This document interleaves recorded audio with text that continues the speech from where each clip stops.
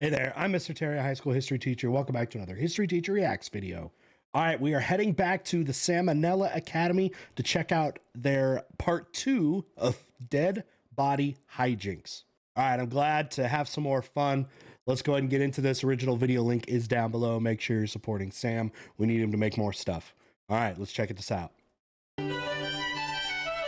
Hey, kids.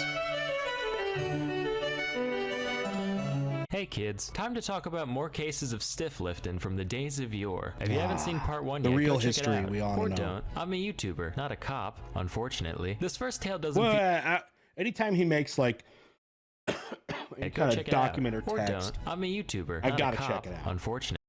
All right, name, ONella, Samuel, Maverick Renegade, social security number, hacksaws, experience, Call of Duty, World at War through battle, or Black Ops 4, chasing squirrels away from the bird feeder, ongoing, driving car with dog in passenger seat, Yorkie, but it still counts. One time I tried on a bulletproof vest, it was cool. Looking 9-volt batteries to simulate repeated tasing. References, Mom, Jake, paintball buddy who let me try on his vest. Love Sam. Rejected. You didn't get in the military academy. I don't know, that's such a good resume though. This first tale doesn't feature an entire dead body, but I still found it interesting enough to talk about. So one day in 2012, a priest was riding a train out of Italy when his bag got stolen by a trio of thieves. Inside the bag was whatever normal personal possessions the guy happened. He's a priest, right? Priest had whistles, his rosaries, a ruler, a bong, and of course a Bible. As well as a small vial containing the blood of none other than Pope John Paul II. So this begs the question, why did the priest have Pope blood in his bag? Well, an important way that the Catholic Church honors saints and other venerated individuals is the keeping of relics. These relics are ranked in terms of how close they were to the person at hand. You got something that's tangentially related to a saint in any way, that's... All right, Pius XII's ex-wife's tissue box. That urinal in Lebanon that Clement VII used once.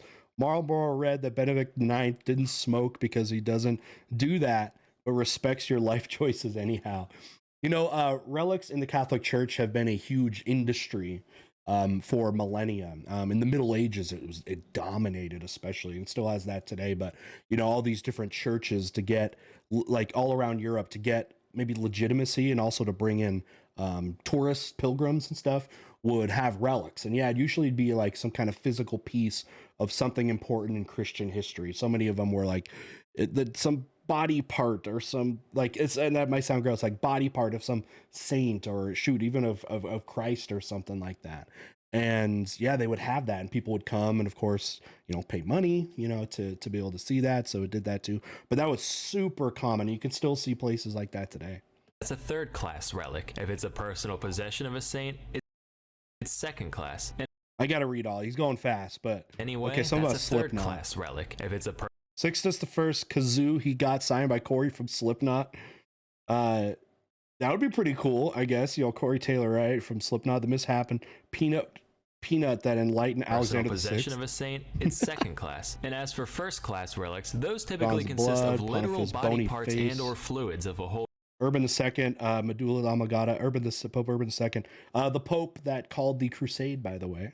The Crusaders, like, went on the Crusade, made multiple stops with places that had relics.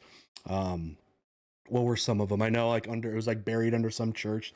They said was like the lance that was supposedly pierced Christ on the cross. Like, that was one. Holy figure. Now for you youngsters out there, in 1981, the Pope got shot 4 times by some fascist having a bad day. People were like, holy shit, it's a Popicide. Is that even a word? No, I'm okay. Oh.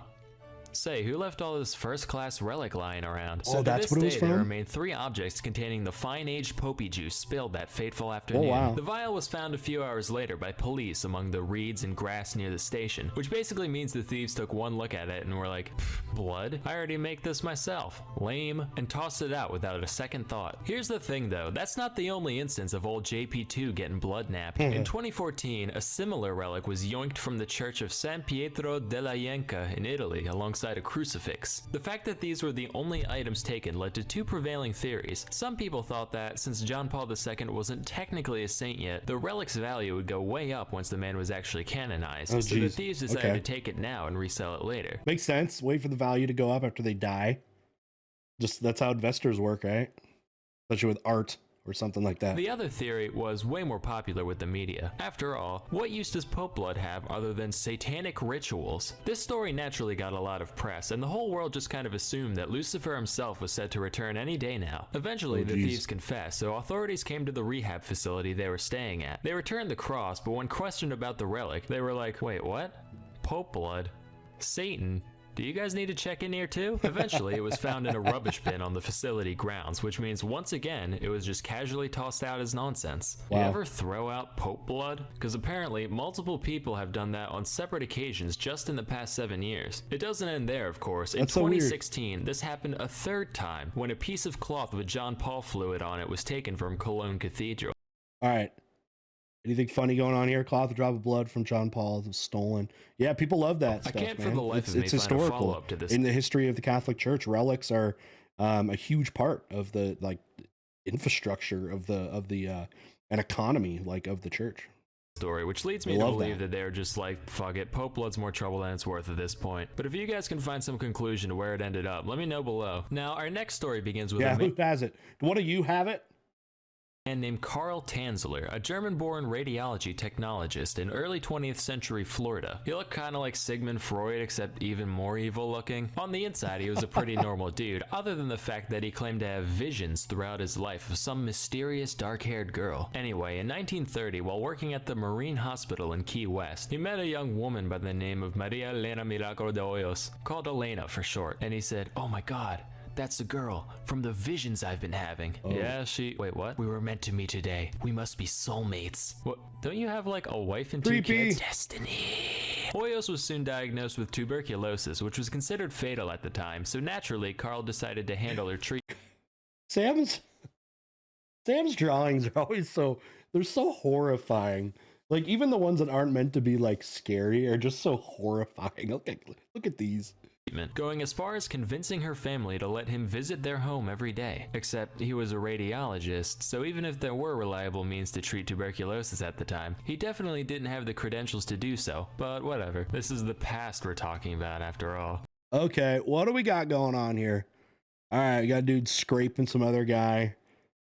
What is this from another name? Was it supposed to be the Noah's flood or a ship of animals in the Colosseum? 203 AD, that would make sense. Someone's drinking out of a cat, and then that guy got squished on the bottom. Yep. That place was a shit show from start to finish. I'm not about to get on somebody's case for a little clerical error. In addition to whatever salves and tinctures and such doctors gave to people back then, Tanzler showered her with gifts of clothes and jewelry. I know he meant well, but if I was bedridden with a terminal illness, I'd just be insulted. Like, wow, thanks, can't wait to show off this little number out on the town. Anyway, eventually, Tanzler found that the time had come to reveal his true feelings. "Elena, there's something I must confess. I'm deeply in love with you." Oh.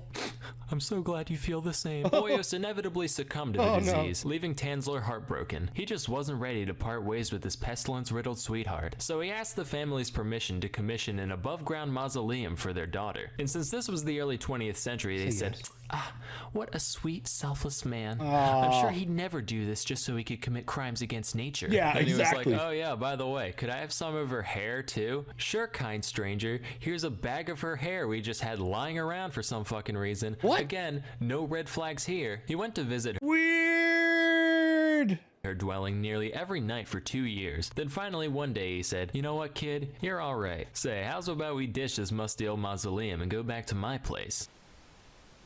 I'll take that as a yes.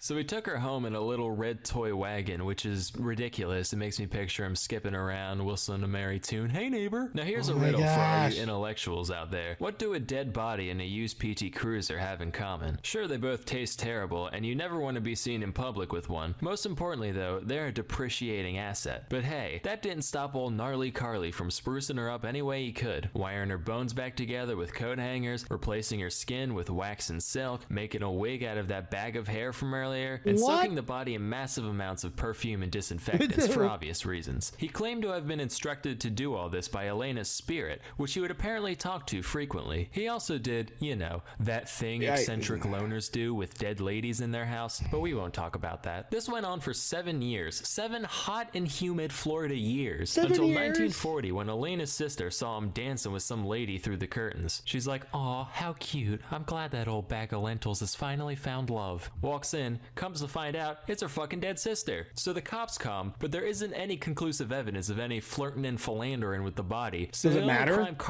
Does it matter? Can you take the body out like that? Be sued by the family, please? Could have been charged with was grave robbing, except the statute of limitations was already up by the time he was found out, so they just So, statute of limitations, there's a certain amount of time that has passed from an event that you can no longer be tried for.